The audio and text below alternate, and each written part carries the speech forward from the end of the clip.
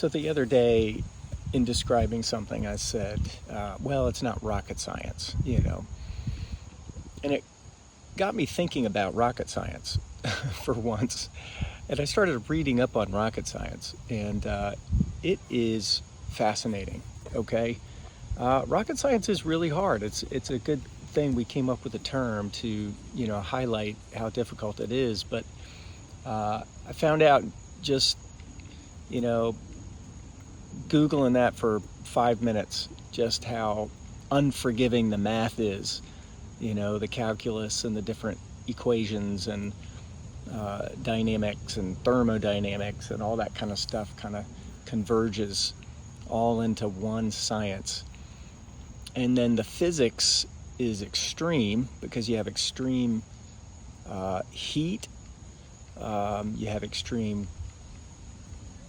cold temperatures, like Antarctic, kind of when you get the certain fuels together and fuse things together, there's freezing temperatures. There's pressure that could crush, easily crush metals. And there's just no room for error. If you make a mistake in a car, you can pull over. Even in a plane, you could glide and hopefully crash land, but with rockets, not the case. So there's all kinds of systems that converge, and it's really a life or death, and there's no room for error, not even the slightest miscalculation.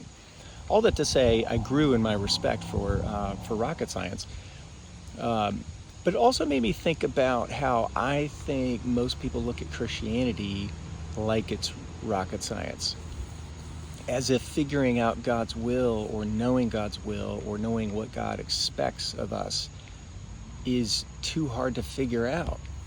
And I came across a passage the other day, Deuteronomy 30, where basically God is looking at mankind saying, hey guys, it's not rocket science.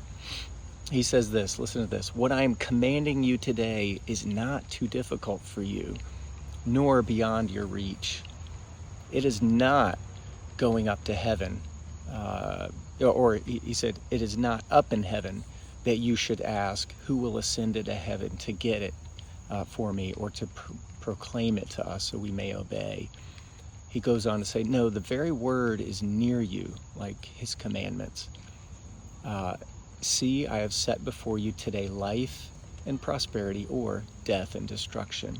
For I command you today to love the Lord. So here's where it is. He's like, it's not rocket science, people. Love the Lord your God, walk in obedience to him, and keep his commands. Then you will live, and the Lord your God will bless you.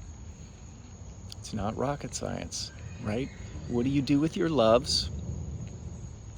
Are your loves ordered in the proper order? Is God first, right? Does he have your heart? It's not a religion. Christianity is not a religion. It is a relationship with the God of the universe that created all things in proper order. And he says, hey, if you really understand this thing, you love me first. Like you appreciate me above all other people and beings, right? And then if you love God, you'll obey him. That's just how it goes too in all relationships, right? I mean, my wife doesn't have to tell me to obey her. Like, I want to please her because I love her. So I find out what makes her happy and I do that thing, and I try to avoid the things that do not bring her joy, right? She doesn't have to command me to obey her, right? I want to please my wife. I want to please the Lord because I love him. So it's a lot more simple than we think, but it does take us being engaged and seeking God and finding out what pleases him. But he's given us his word. He's given us the Bible that tells us all these things. So it's not rocket science.